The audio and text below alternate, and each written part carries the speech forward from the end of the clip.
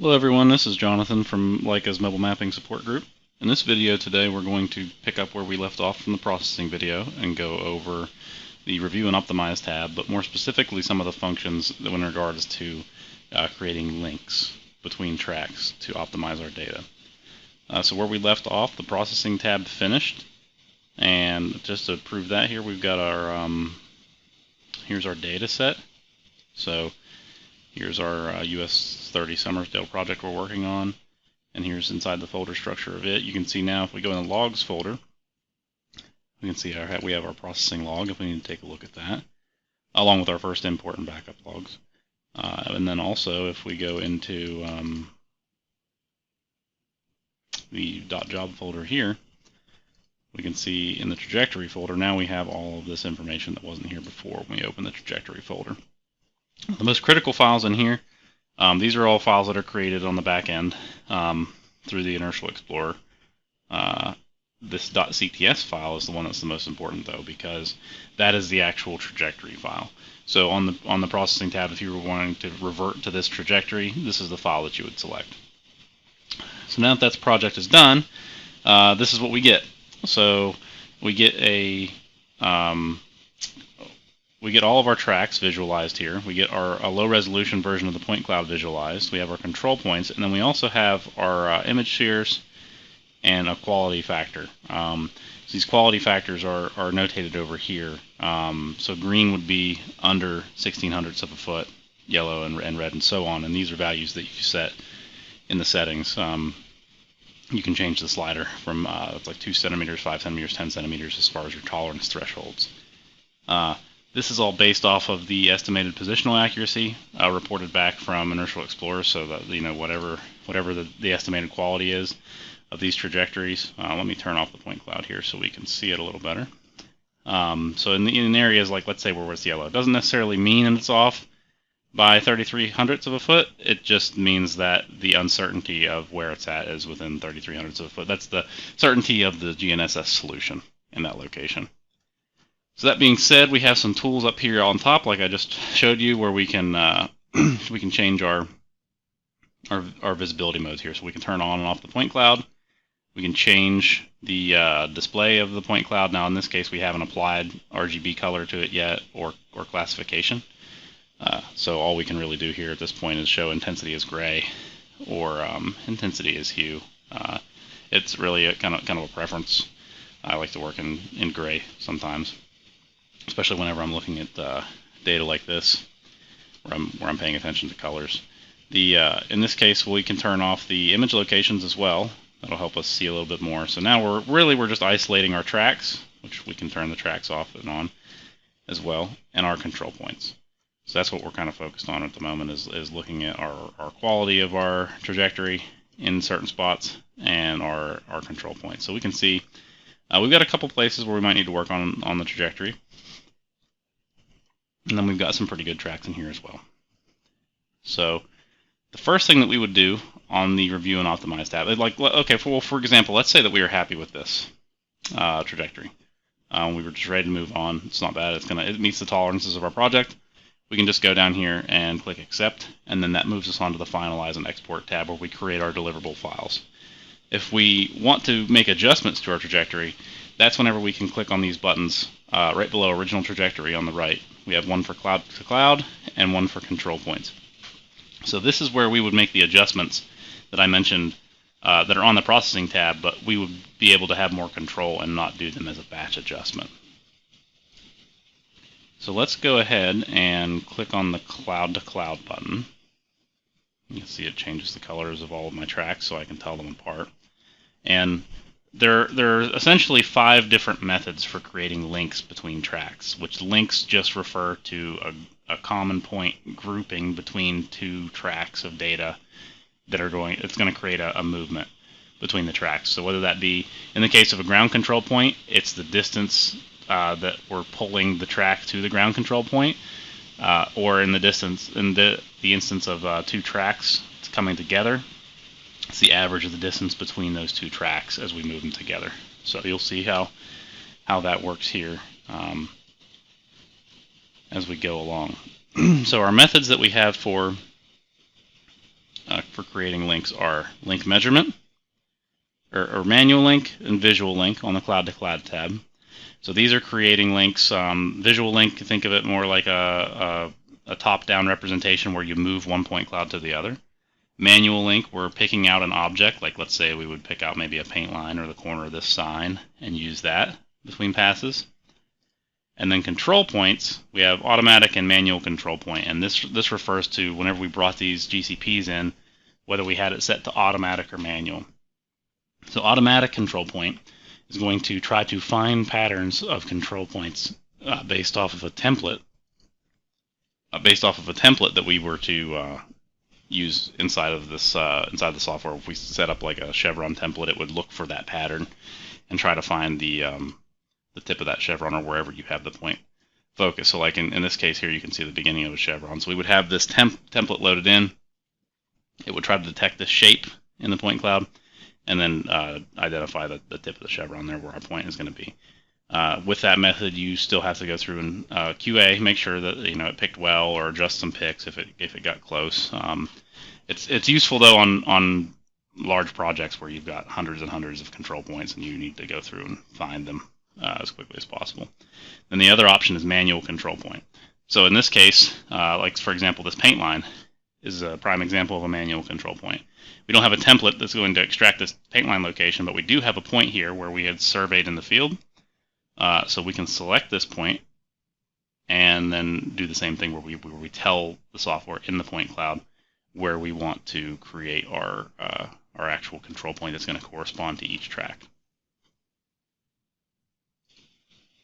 So that being said, there's I want to take a minute to go over kind of best practices with creating these links, because there is a best and a not so best way to do this. So basically what you want to do is it's better to adjust, let's say in this scenario right here, rather than link each individual track together. Like let's say we linked orange to red and orange to pink and yellow here, and it all came from right here on this track. And we had a link to here and a link to here and then a link to here.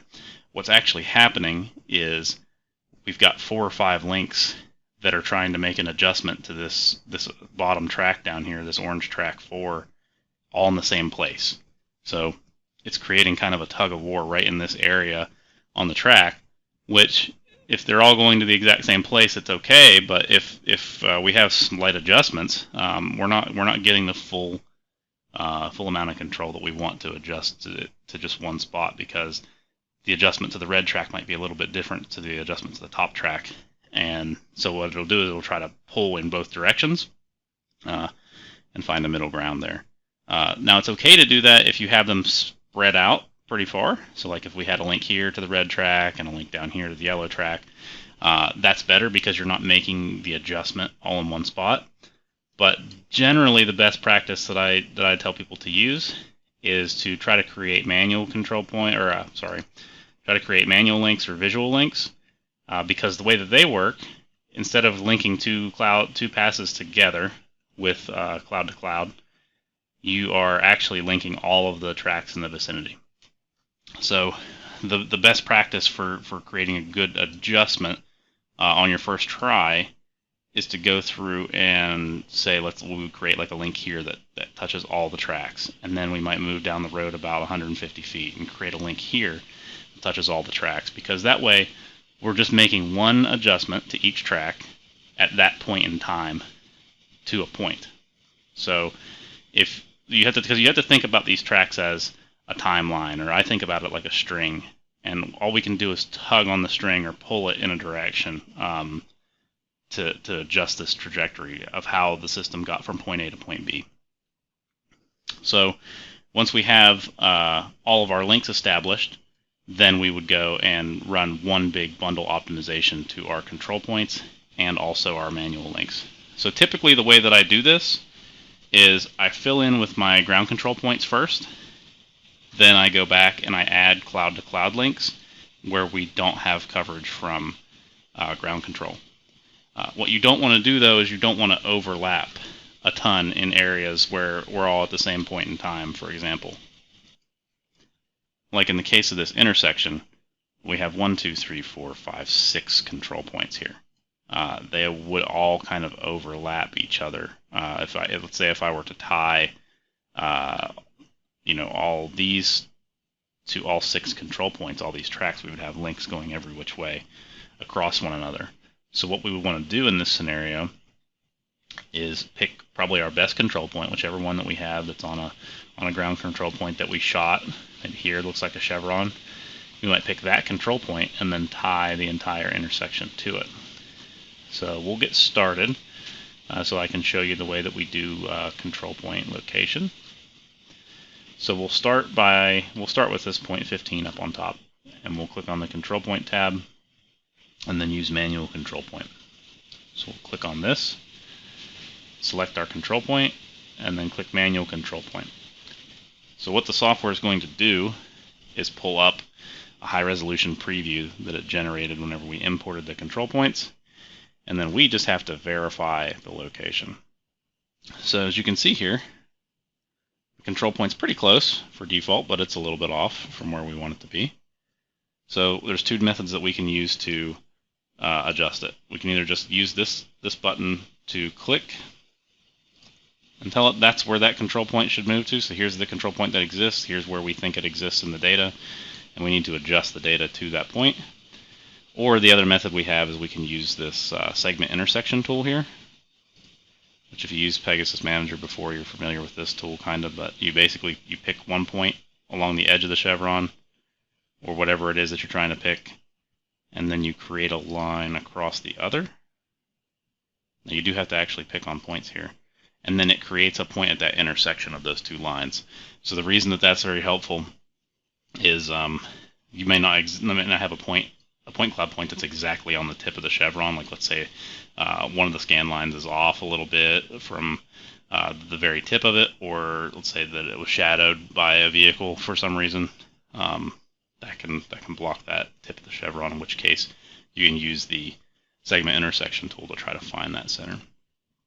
So once we do 1, we've done the first. This is track 2. Then we click down here on track 3, and you'll see we get the preview again.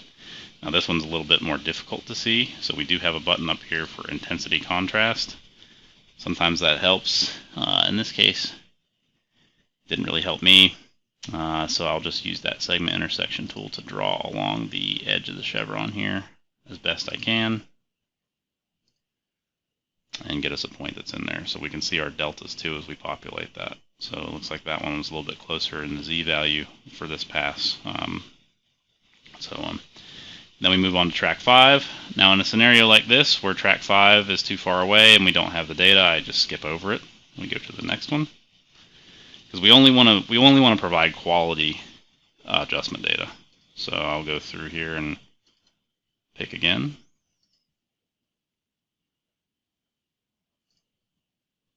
Try to get the tip of the chevron. We'll go to 0.6. This one's kind of iffy as far as whether or not I would create it. It looks like it also is at the beginning of a track, maybe, where they start going around a turn at the beginning of initialization, maybe. In this case, I might skip that one for now. Here we go. This one looks pretty good. We'll go over this one and make our adjustment there. I am going to go back and just add to this as best I can to try to get it close using this tool.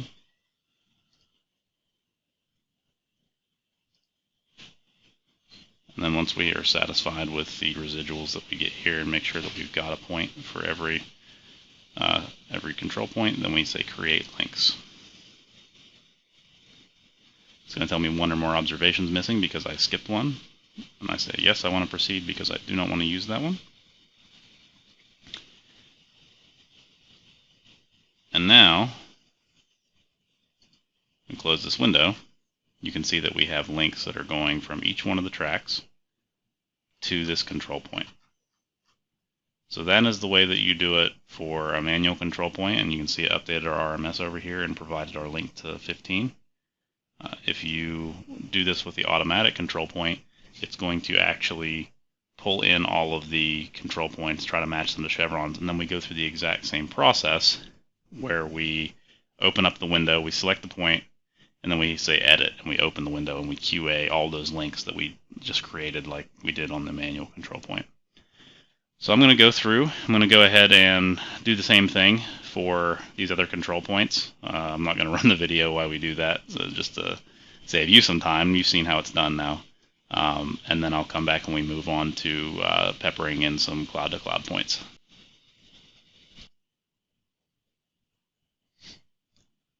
Okay, so now I've gone through this project and I've created some links. I'll turn off the point cloud here so you can see. And you'll see I didn't utilize all the control points, and there's a couple different reasons for that. Like we discussed before, you don't want to have two that are like right on top of each other on the timeline like these two here. So I want to use one or the other.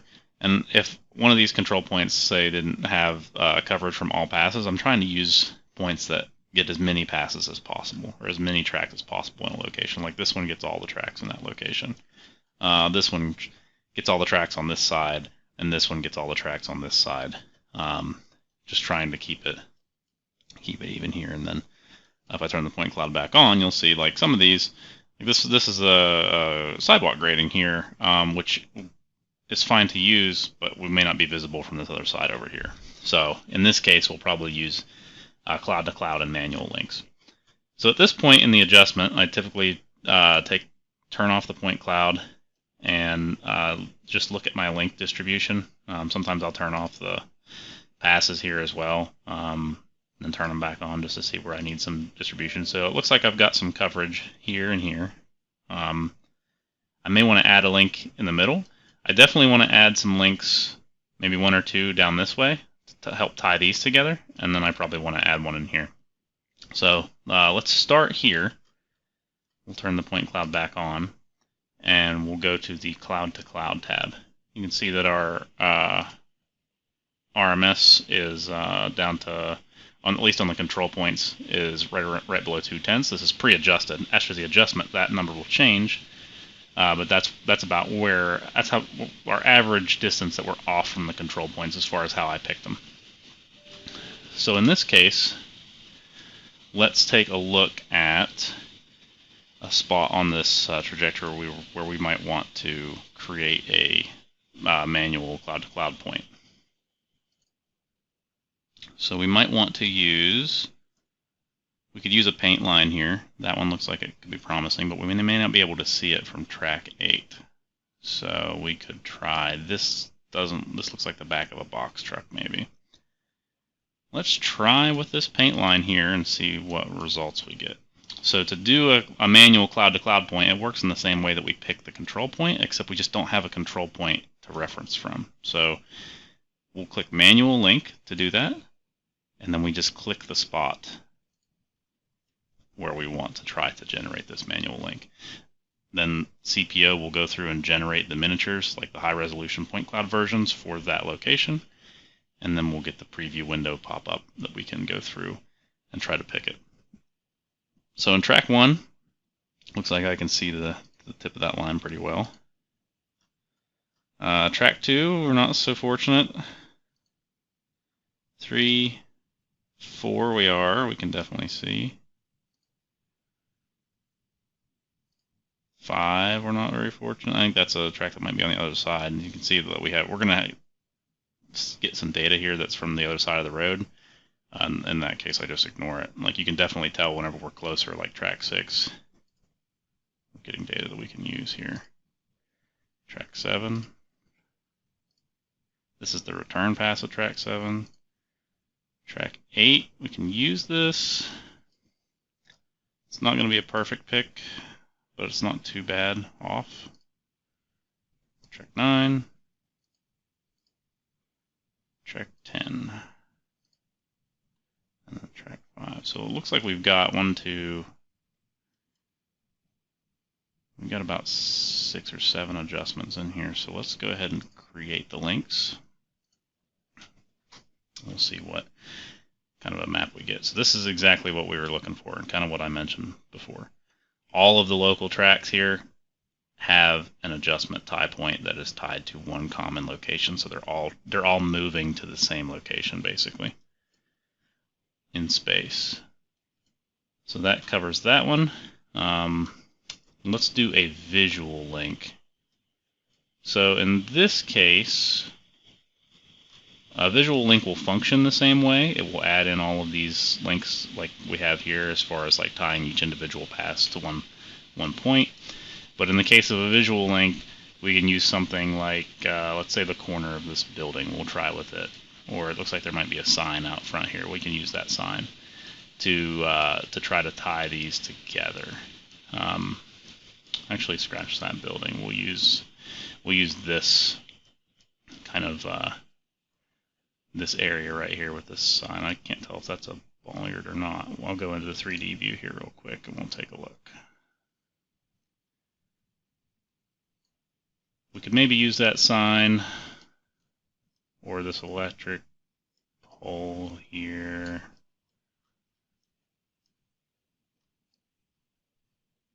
Actually, we can use this. We'll try to use this pole over here maybe, because that'll get maybe all 4 of these tracks.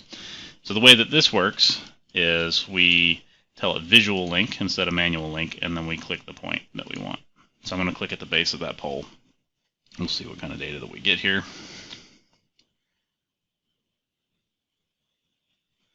So you'll see we get a top view and side view. So if you've used like Register 360 from Leica, you're familiar with this type of workflow. The first adjustment that we make, so the orange track is the fixed track. So generally what I try to do is I try to make sure that that track has a pretty high quality estimated positional accuracy, or it's one that I kind of want to move to. So in this case, track 1, let's take a look at that actually and see. We'll go back to the top-down view. Click on original trajectory to bring those bubbles back for us. Where were we here? We're down this way by this telephone pole. So this is track 2, this is track 5, track 3, track 9. I would say in this case I probably would want to hold track 2. It looks like it's got a pretty good trajectory. So we'll go back into our visual link. I'll turn this into 3D view quick. And we'll select our base of the pole here.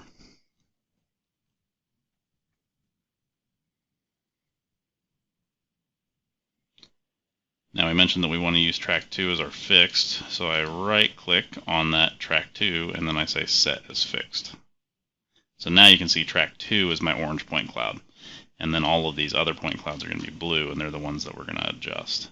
So basically I'm just going to try to adjust these point clouds horizontally first. I'll go down to track 3,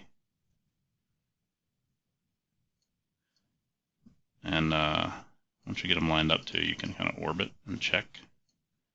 Make sure that you're kind of close. We're just trying to line the 2 up. Go to track 4. Same thing. 5.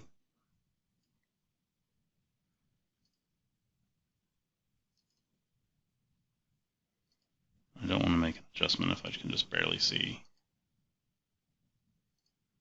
Really the points that I want to adjust are all kind of like right here nearby.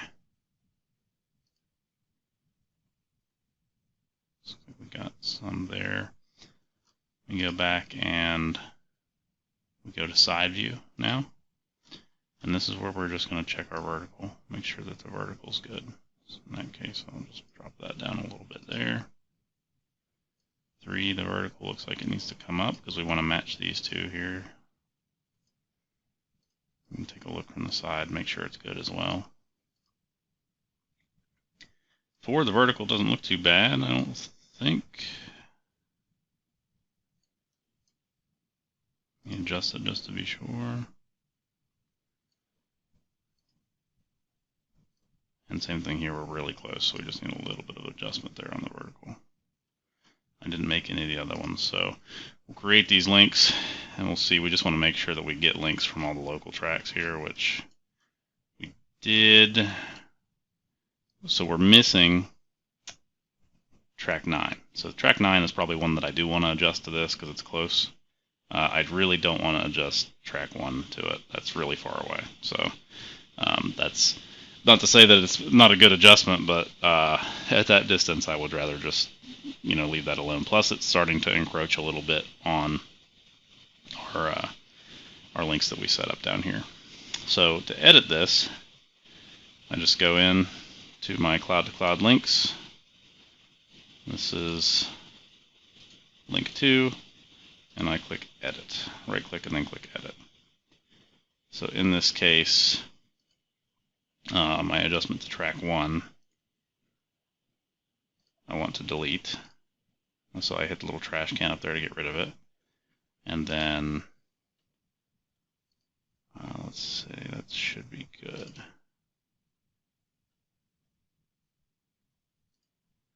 And that should get rid of our adjustment out here. Now this is an adjustment to track 4 that was in there that I didn't see. So I'll go back in there and remove that track 4 as well.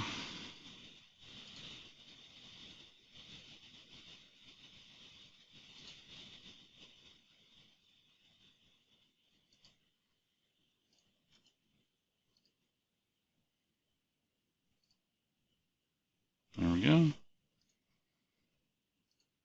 Remove that observation.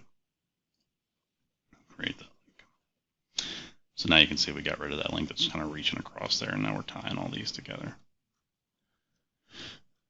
So I'll go through and add the rest of the links. That's what I'm going to do, is exactly what you saw. I just did I'll just fill in the blanks with either a manual link or a visual link, and then I'll come back when that's finished. Okay, I'm back now. I've went through and added a couple more manual links. You can see here I added one on the paint stripe here, I added one up here on this paint stripe, and then I think I added one more down this way. Yeah, I added one more there.